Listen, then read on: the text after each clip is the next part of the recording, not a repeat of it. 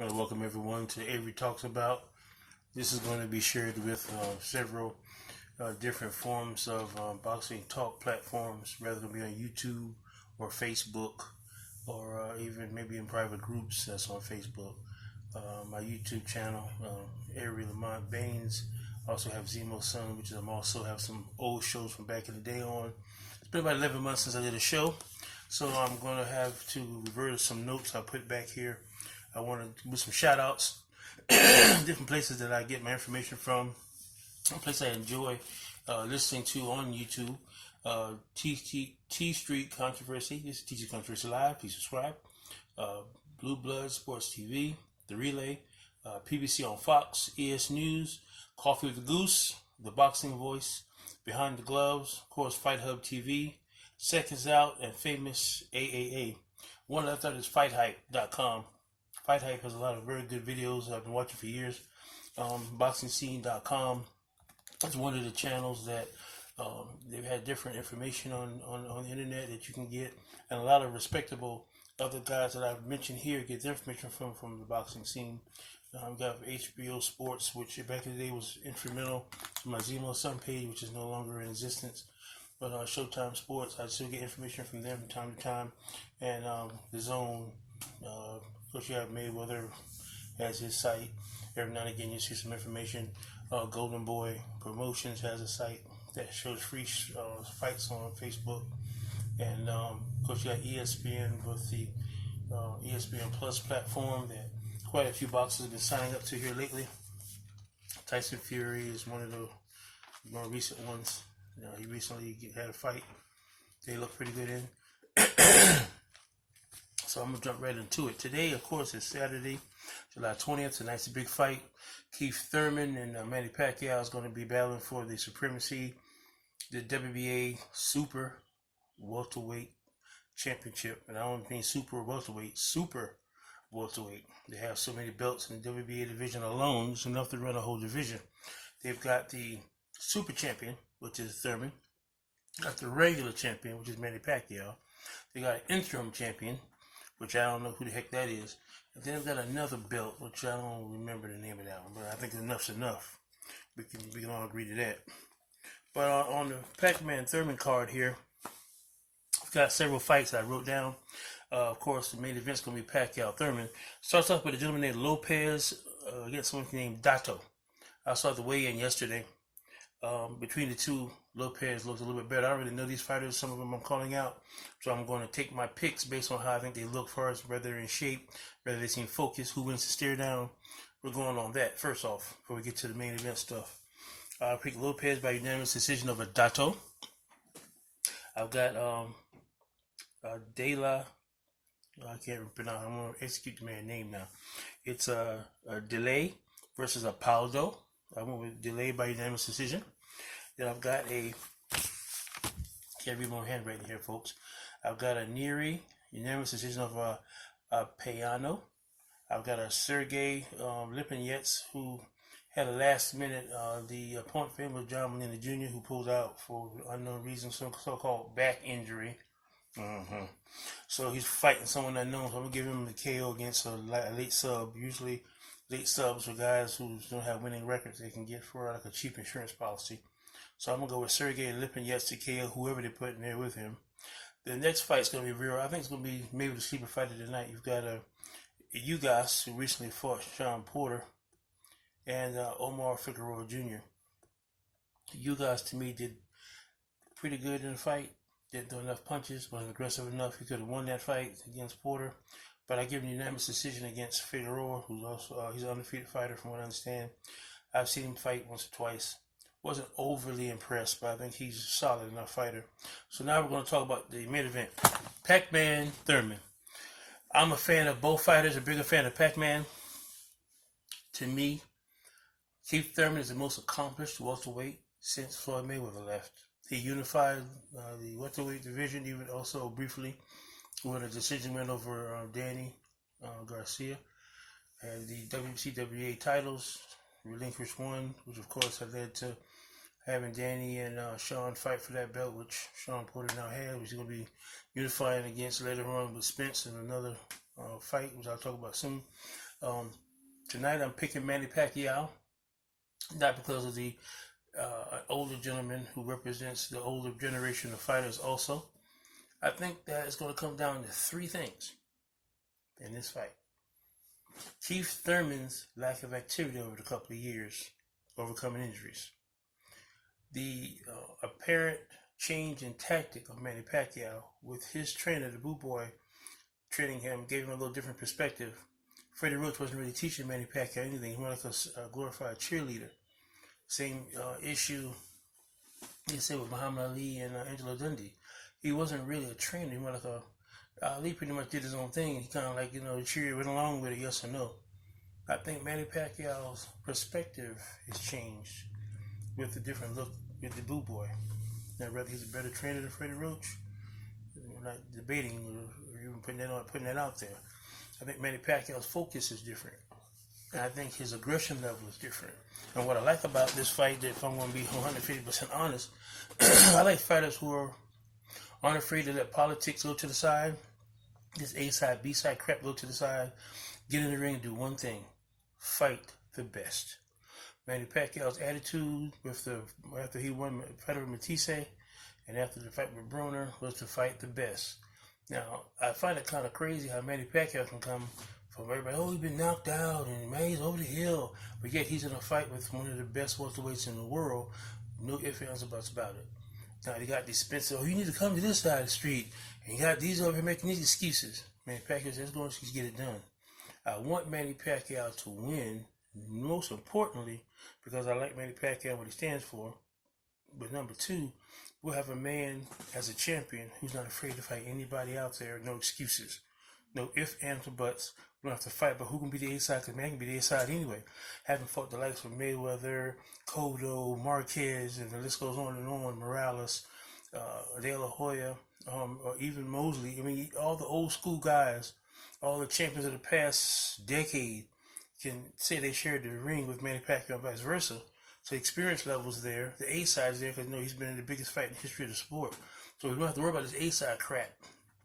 If they made Mayweather Pacquiao, they can make Mayweather Spence, they can make Mayweather Porter, they can make Mayweather anybody. So the bottom line is, that's a plus for us as boxing fans. You might not agree with it. Oh, he's 40 years old. He's like a whole lot younger whooping your butt. So, that being said, picking Manny Pacquiao, it's not going to be no knockouts. Let's stop that crazy talk. Thurman is not knocking Manny. So you're saying, So you're saying that he went the distance with Josecito Lopez, who got stopped by Andre Berto a couple of years back. Let us not forget. But he'll knock out Manny Pacquiao, though. Right. That's going to happen. Yeah. It's going to be a decision. Split or unanimous for Manny Pacquiao. So, you ask, well, why? Punch output, southpaw stance, movement. What has saved Thurman in a couple of fights is his movement. He didn't go toe-to-toe with Danny. He boxed Danny.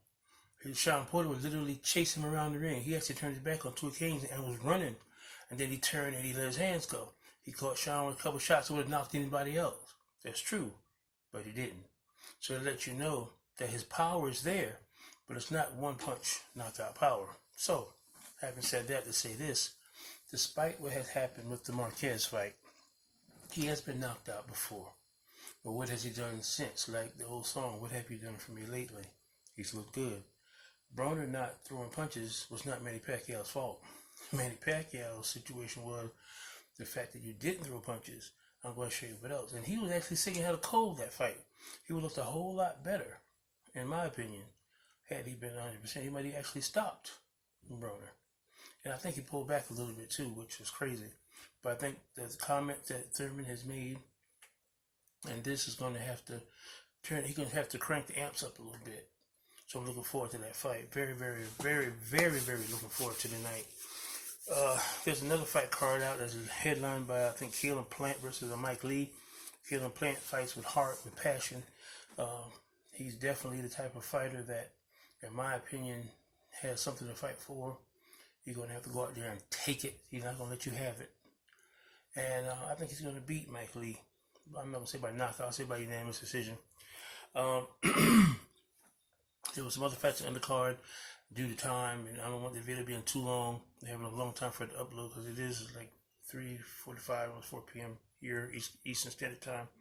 There's a lot of videos going on, a lot of things going on today. So I want to briefly go over a couple other things, discussions. The Canelo franchise foolishness has completely marred the middleweight division. To me, it's a black eye for not just the middleweight division, but for sports in general. You're giving a fighter who has potential to be a legend, and like Floyd even said himself, after my time was up, this is the guy. And he was right. Canelo has shown improvement, movement, boxing. He looks fantastic. Can't take that from him. But it's still a way to protect him from obligation. Make him a franchise champion. He doesn't have to answer the WC for Charlo. The IBF trying to give a dude something with Jeremy and Chinko or whoever the next guy is. If he's a franchise champion, he can go up and down and do whatever he wants. He can basically cherry pick. I don't want to fight the number one guy. I want to fight the guy with the biggest name or the one that can make me the most money. And that's what that's about. If Canelo wants to do that, he's proven so far he's the best middleweight. He lost the first Triple G fight, in my opinion, but I felt he won the second one. He beat the guy at super middleweight, the Rocky Fielding dude. He beat Danny Jacob, so we can't take nothing from him. So he's earned, in their opinion, the ability to pick and choose like Floyd did. Floyd was unified junior middleweight champion, never defended it for over like a year or two. The mandatory challenger was Keith Thurman. He fighting McDonough.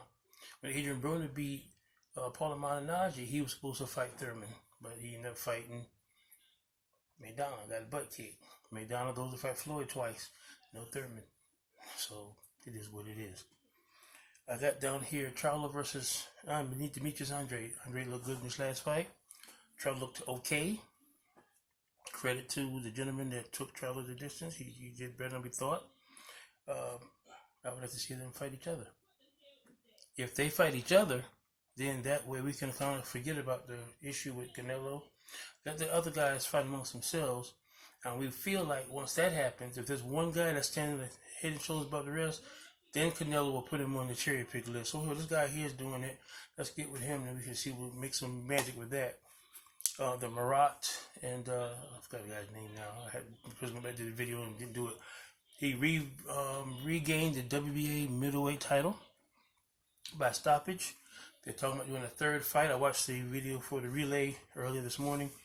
They're talking about doing a third fight between those two, which may hold up that regular title that Triple G wanted originally.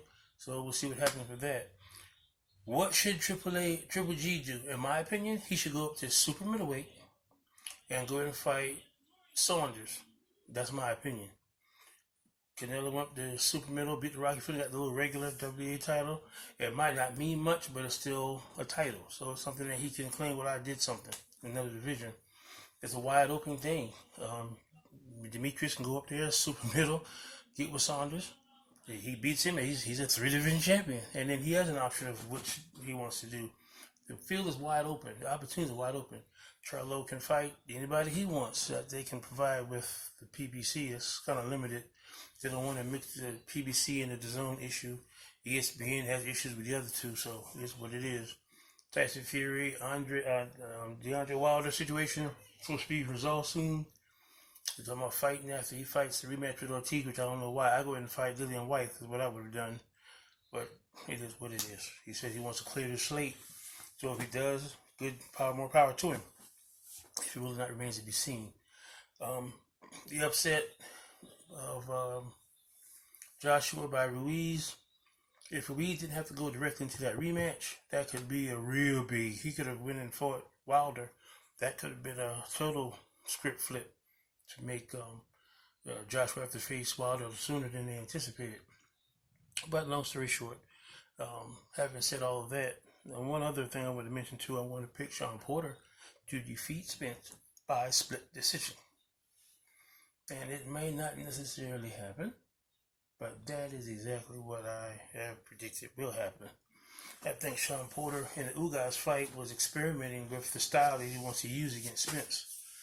Spence is he boxes well. He punches his body very well.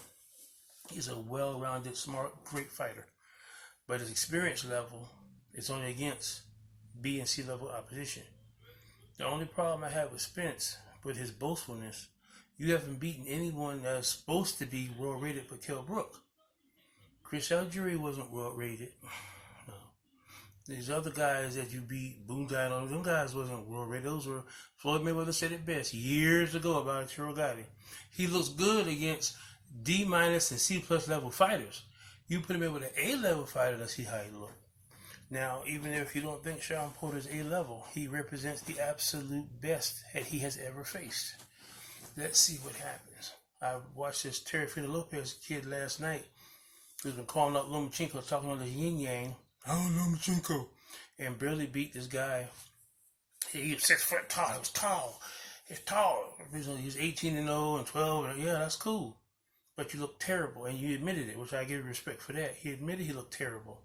So what are you going to do? Now, you just struggled with a guy who was good, but basically ordinary. Lomachenko, in the words of Bob Arum, I've seen another Warner Crawford. I ain't never seen a Lomachenko. So you tell me you're going to go from average to awesome. I'm not buying it. I'm not buying it. If it was a 2020 Corvette C8, I'm not buying it. So, shout out to Corvette C4, 1989. You know how we roll. But anyway, I'm going to probably close this out right quick. I want to get this uploaded.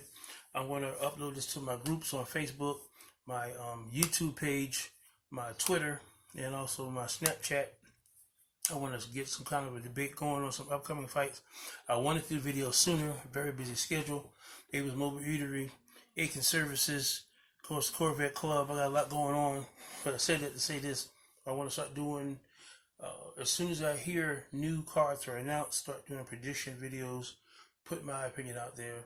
I don't do a lot of back and forth with the guys in the group and putting it on video. I think that it's kind of crazy to do that. Just put my opinion out there and let's get a debate going. If my opinions come out to be true, then we can debate them later. I kind of feel like if I'm right and you guys was on the other side of the pond and say, this is why I said so-and-so, then we can talk about it. But if I'm being wrong, you was right, I'll say, okay, I was wrong about that. Okay, let's try this next one. Because honestly and truly, we love this sport. This sport is something that I've been watching since I was born in '68. I want to say since 1972, 73, I sat with my late father, and we watched fights. His favorites were Ray Leonard, Larry Holmes, Muhammad Ali, of course. And from then till now, I've been a fan of the sport. Briefly, a very sad note with the death of Pernell Whitaker. Devastated. I am utterly, truly devastated. James Toney and Pernell Whitaker, when coming up in the heyday of the 80s, late 80s, early 90s, was the two best pound-for-pound fighters. Right after James Toney lost to Roy Jones Jr., it was a debate between Whitaker and Roy, who was the best pound-for-pound. And it didn't make any difference what side of the bread you sliced it. One of the best champions in the entire history of our sport is no longer with us. And yes, it's devastating and it hurts, especially something so crazy and trivial as getting struck by a vehicle while crossing the street. So condolences out to his family, to the entire worldwide group of his fans, including myself and the sport of boxing. We lost a true legend. And it's I end this video on that sad note. Looking forward to the next in a series. I'm going to be doing some little sketches. I may have my little buddy here, Snoopy. I may have my man here, Russell. I'll give a little quick peek at Russell. Russell, this is my pet white tiger. This is Russell. You know, Russell, get a chance to talk to y'all later on in future. But for right now, we're going to go with Manny Pacquiao by split unanimous decision over Keith Thurman. Keith Thurman, you're a great champion. You're a great fighter. I just think if this is your first pay-per-view, you're in the big stage. You got some big shoes, and you're going to have to go against one of the best fighters of this era. Not the best. That goes to Floyd Mayweather without any question. No ifs, ands, or buts about that. But outside of Floyd Mayweather, active right now, you're facing a legend. You're facing one of the best. You're facing one of the hardest punching, speediest fighters ever in history. The 8 division stuff I'm not worried about. You're facing a fighter right now that's going to show you something you've never seen before. And I, for one, am eager to find out just exactly how you handle that. This is Avery Baines, Zemo's son, Avery's Mobile Eatery, Team Aiken. We're just signing out. We're going to holler back at you real soon. Hope you enjoyed this video.